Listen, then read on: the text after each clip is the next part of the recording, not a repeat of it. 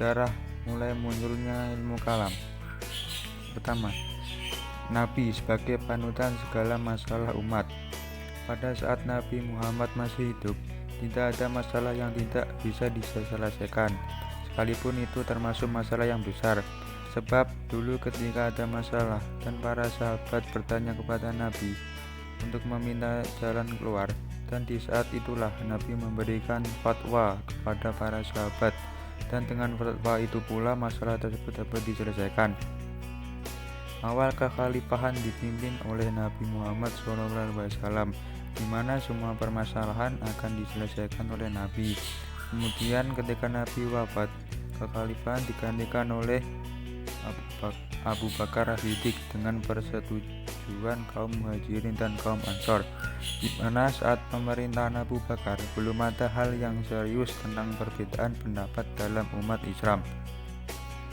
Setelah kepemimpinan Abu Bakar, kemudian digantikan oleh Umar bin Khattab, di mana kepemimpinan Umar tersebut dipimpin selama 10 tahun. Kemudian setelah kepemimpinan Umar dilanjutkan dengan kepemimpinan Utsman bin Affan, yang dimana Utsman bin Affan terbunuh saat adanya demonstran, dan ketika Utsman wafat kemudian digantikan oleh Ali bin Abi Thalib, yang dimana saat kepemimpinan Ali bin Abi Thalib ini beliau ditugaskan untuk mencari siapa yang pelaku pembunuh dari Utsman bin Affan. Selanjutnya beberapa tantangan saat kepemimpinan Ali. Yang pertama yaitu tuntutan untuk mencari siapa pembunuh dari Utsman bin Affan. Yang kedua yaitu tuntutan perang dengan Aisyah, atau yang sering dinamakan dengan perang Jamal. Kedua, peristiwa perang Siffin. Peristiwa perang Siffin sebenarnya dimenangkan oleh pihak Ali, akan tetapi setelah adanya arbitrase keadaan berbalik dan kubu Ali terpisah menjadi dua kelompok. Setelah itu dilakukan arbitrase atau penyesuaian masalah dari kedua belah pihak. Kemudian terjadi kecurangan dan pengkhianatan antara kelompok Ali dan kelompok Muawiyah. Kemudian mendengar bahwa ada kecurangan saat arbitrase, kelompok Ali marah, di mana yang awalnya kelompok Ali itu ingin berdamai, kemudian menjadi malah terpecah menjadi dua kelompok, yaitu ada kelompok Syiah dan kelompok Khawarij.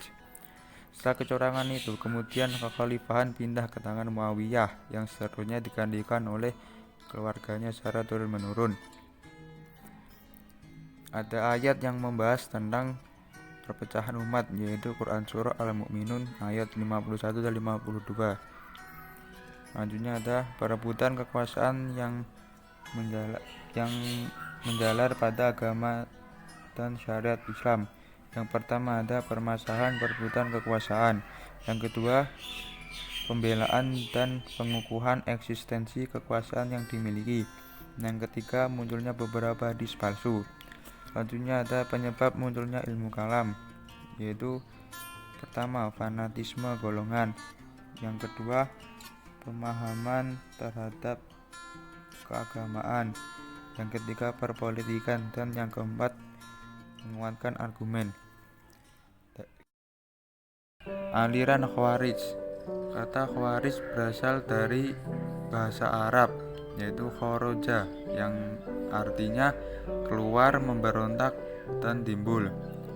Sedangkan kata Khawarij sendiri berbentuk jamak, yang bisa dimaknakan orang-orang yang keluar dari golongan Ali bin Abi Thalib.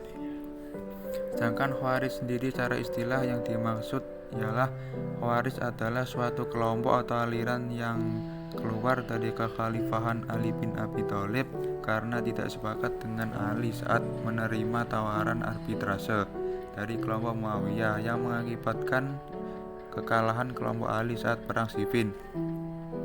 Setelah keluar dari golongan Ali, mereka tentu mempunyai pemimpin sendiri dan juga mempunyai ajaran-ajaran tersendiri, yaitu pertama, khalifah atau imam dipilih bebas oleh kaum muslim. Yang kedua, khalifah tidak harus berasal dari bangsa Arab. Dan yang ketiga, setiap muslim layak menjadi khalifah asal memenuhi syarat. Yang keempat, khalifah bersifat permanen jika adil dan menjalankan syariat Islam. Yang kelima, khalifah sebelum Ali dianggap sah.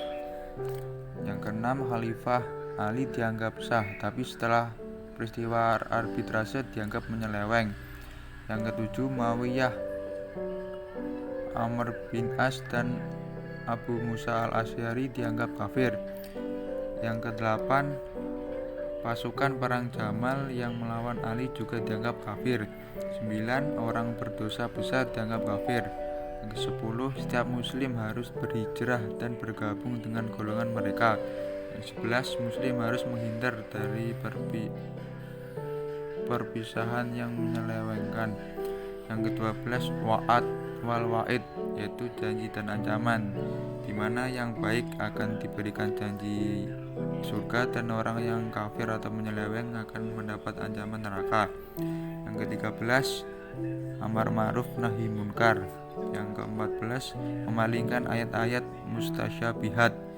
Yang ke-15, Al-Quran adalah makhluk. Dan yang ke-16, manusia bebas memutuskan perbuatannya. Selanjutnya, perkembangan Khawarij. Khawarij adalah salah satu sekte yang terkenal dengan ideologi radikalnya, termasuk dalam doktrin teologisnya. Beberapa pengamat mengatakan Khawarij terpecah menjadi 20 sekte menurut Al-Baghdadi, dan 18 sekte menurut Harus, dan 22 sekte menurut Al-Ashifahani. Selanjutnya, subsekte yang besar dari Khawarij yaitu ada Al-Muhakimah, Al-Azharaqiyah, An-Najdat, Al-Bahihasiyah, Al-Ajaridah, Al-Salabiyah, Al-Abadiyah, dan As-Surfiyah. Semua aliran yang bersifat radikal pada perkembangan lebih lanjut dikategorikan sebagai aliran Khawarij selama ada indikasi doktrin dari aliran tersebut.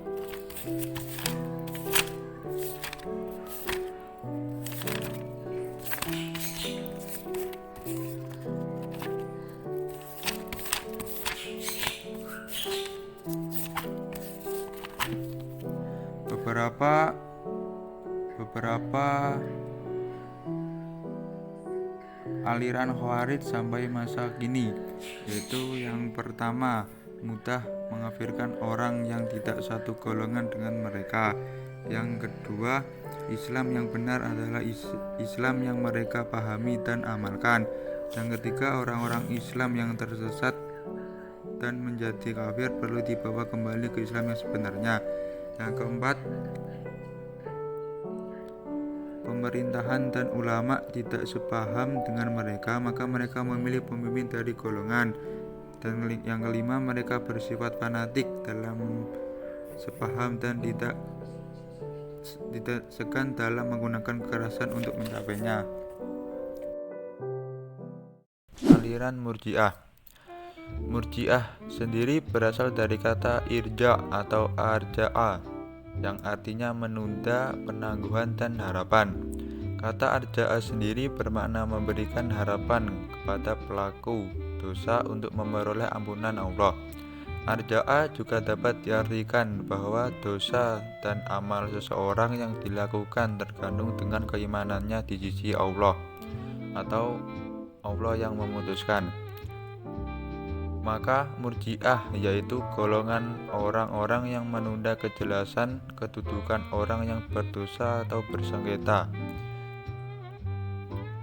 Selanjutnya, beberapa teori kemunculan aliran Murji'ah, yaitu yang pertama, gagasan irja atau arja dikembangkan oleh sebagian sahabat dengan tujuan menjamin persatuan ketika terjadi pertikaian politik dan teologis. Munculnya diperkirakan beriringan dengan aliran Syiah dan aliran Khawarij. Teori yang kedua yaitu gagasan irja yang merupakan doktrin aliran Murji'ah, muncul pertama kali sebagai gerakan politik yang diperlihatkan oleh cucu Ali bin Abi Thalib, yaitu Hasan bin Muhammad Al-Hanafi sekitar tahun 695 Masehi. Gagasan yang ketiga yaitu gagasan yang lain muncul dari para sahabat yang melawan pendapat orang Khawarij tentang pengkafiran para pelaku tahkim Daumatil Jandal atau menerima arbitrase dari Muawiyah saat perang Siffin dan menganggap para pelaku berdosa besar dan halal darahnya.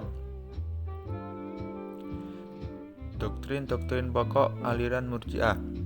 Gagasan Murji'ah sebenarnya bersumber dari gagasan doktrin ajaran Irja' atau Arja'ah yang diaplikasikan dalam banyak persoalan yang dihadapi, baik berupa masalah teologis atau masalah politik berkedok agama dan kekuasaan.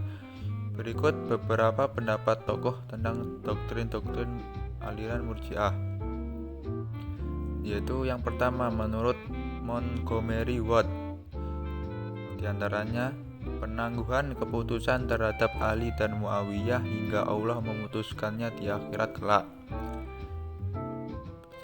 Yang kedua, pemberian harapan terhadap orang muslim yang berdosa besar untuk mendapat ridha Allah. Yang ketiga, penangguhan Ali untuk menduduki ranking keempat dalam peringkat Khulafaur Rasyidin. Dan yang keempat, doktrin-doktrin Murji'ah menyerupai pengajaran mazhab skeptis dan empiris dari kalangan Helenis. Selanjutnya menurut Harun Nasution, yaitu yang pertama menunda hukuman atas Ali dan Muawiyah, Abu Musa dan Amr bin As hingga Allah memutuskan pada hari akhir. Orang muslim berdosa besar, hukumannya terserah Allah pada hari kiamat. Meletakkan pentingnya iman daripada amal, memberikan harapan bagi muslim yang berdosa besar untuk mendapat ampunan dari Allah. Selanjutnya menurut Abu A'la Al-Maududi menyebutkan dua doktrin pokok aliran Murji'ah, yaitu cukup dengan iman kepada Allah dan Rasul-Nya. Apapun amal dan perbuatan bukan merupakan keharusan bagi adanya iman.